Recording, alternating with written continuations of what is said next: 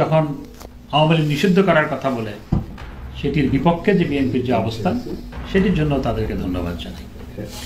এবং একই সাথে আজকে যখন মুক্তিযুদ্ধকে অস্বীকার করার অপচেষ্টা হচ্ছে, সেটির বিরুদ্ধে বিএনপি অবস্থান নিয়েছে, সেজন্য তাদের ধন্যবাদ জানাই।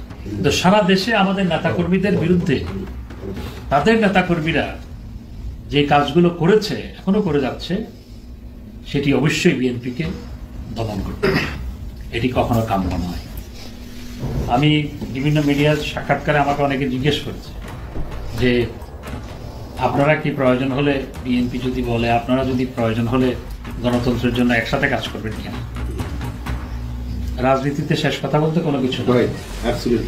আমরা গণতন্ত্র রক্ষার জন্য আমরা যে কোনো গণতান্ত্রিক রাজনৈতিক দলের সাথে আমরা কাজ করতে আগ্রহী। আমরা 2006 সালে আন্দোলন করে বিএনপির বিরুদ্ধে আন্দোলন করেছিলাম। 2006 সালে আন্দোলন করে বিএনপিকে ক্ষমতা থেকে বিদায় নিতে হয়েছিল।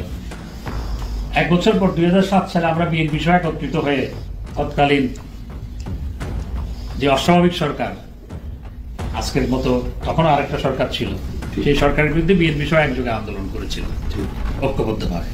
সুতরাং আমাদের দেশে সেই উদাহরণ আছে। তো আজকে আমি মনে করি যে অনেকে বলে আওয়ামী লীগের কি হবে? আওয়ামী লীগ বাংলাদেশে অর্ধেকের মতো মানুষ আওয়ামী লীগ সমর্থন করে। আজকের মধ্যে জাতীয় ঐক্য, আওয়ামী লীগকে বাদ দিয়ে কিসের জাতীয় ঐক্য?